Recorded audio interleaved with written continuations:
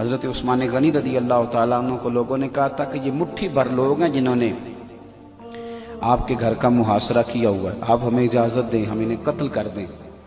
پتہ ہے حضرت عثمان غنی نے کیا فرمایا؟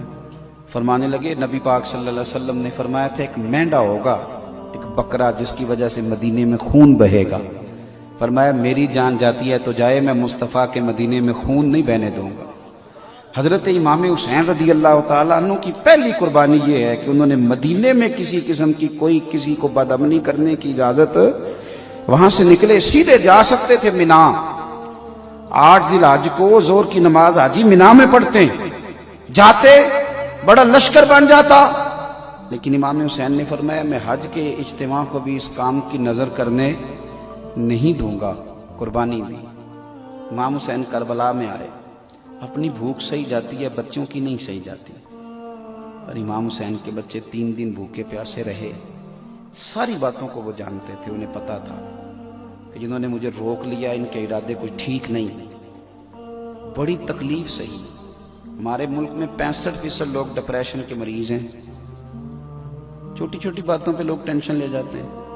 میں اکثر کہا کرتا ہوں کہ یہاں کسی کا کٹا ہوا ہاتھ پھینک دیا جائے تو لوگ اٹھ کے ڈر کے دوڑ جائیں، ہاتھ خوف کھائے گا مجمع، لیکن امام حسین کا تو سر کٹ گیا۔ ہم بیان کر دیتے ہیں، آپ سن لیتے ہیں، کبھی سوچا ہے؟ ہمارے قومی جو چینل ہے نا پاکستان میں، پیمپرا نے پابندی لگائی ہے کہ کوئی لاش اگر پورا کٹ جائے نا اس کا جسم، تو قومی ٹی وی پہ اسے دکھانے کی اجازت نہیں، وہ دائرہ لگا کے دکھاتے ہیں۔ کیوں؟ قوم میں خوف پیدا ہوتا ہے، لوگ ڈریں گے، بچے ہو سکتے ہیں رات کو سوئے نہ، عورتیں پریشان ہو جائیں، قومی ٹی وی پہ دکھایا نہیں جاتا۔ میں کہہ دیتا ہوں، آپ سن لیتے ہیں، امام حسین کا وجود اطہر کربلا میں رہ گیا اور سر کوفے کے بازاروں سے ہوتا ہوا دمشق پہنچا۔ بہن کو تو بھائی کی انگلی بھیج دو تو شاید پاگل ہو جائے۔ سیدہ زینب نے سارا کچھ دیکھا، لیکن نہ مصطفیٰ کی شہزادی کا پردہ سر سے سرکا، نہ کوئی نماز قضا ہوئی۔